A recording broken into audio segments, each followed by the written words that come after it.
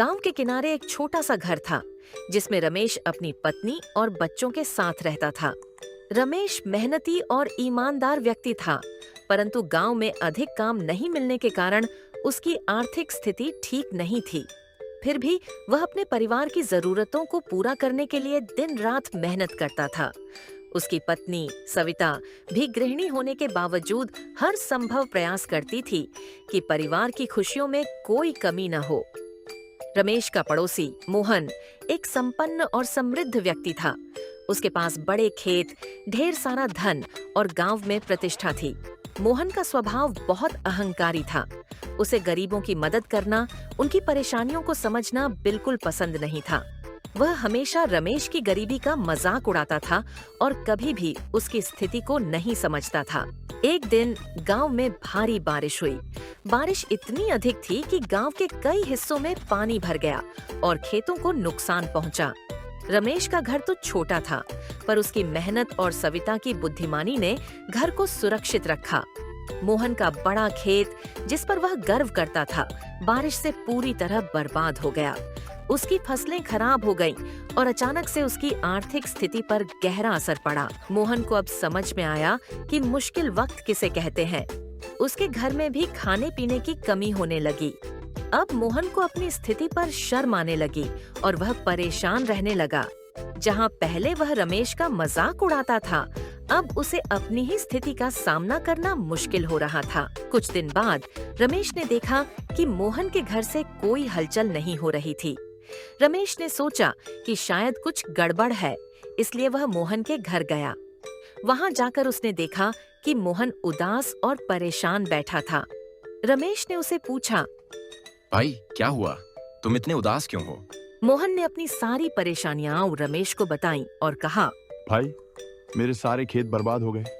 अब मेरे पास कुछ भी नहीं बचा। मुझे समझ नहीं आ रहा कि मैं क्या करूं। रमेश ने मोहन की बातों को ध्यान से सुना और उसे सांत्वना दी। उसने कहा, भाई, ऐसी स्थिति में परेशान होना स्वाभाविक है, लेकिन हमें धैर्य रखना चाहिए और स्थिति का सामना करना चाहिए।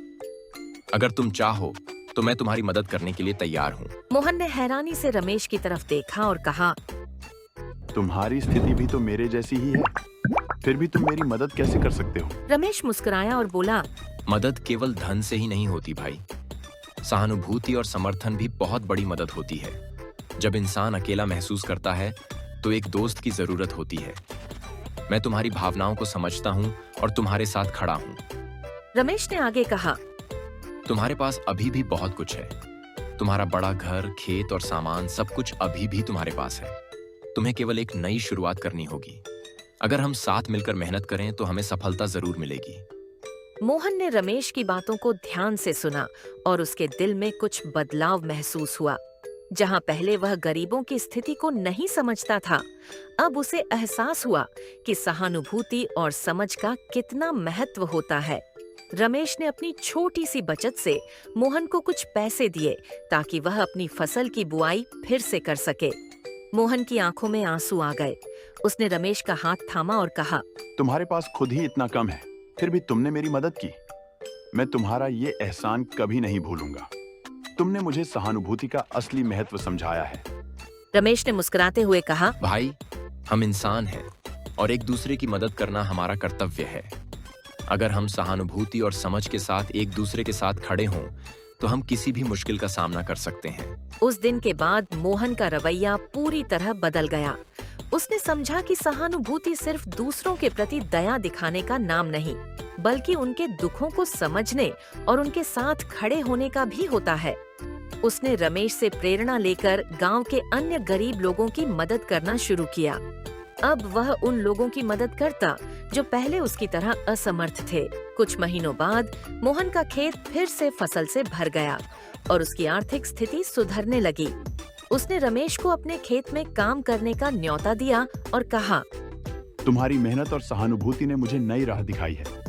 अब हम मिलकर काम करेंगे और गांव के अन्य लोगों की मदद करेंगे। रमेश और मोहन ने मिलकर अपने खेतों में मेहनत की और गांव के गरीब किसानों को भी काम दिया। उनके इस कदम से गांव में खुशहाली आने लगी।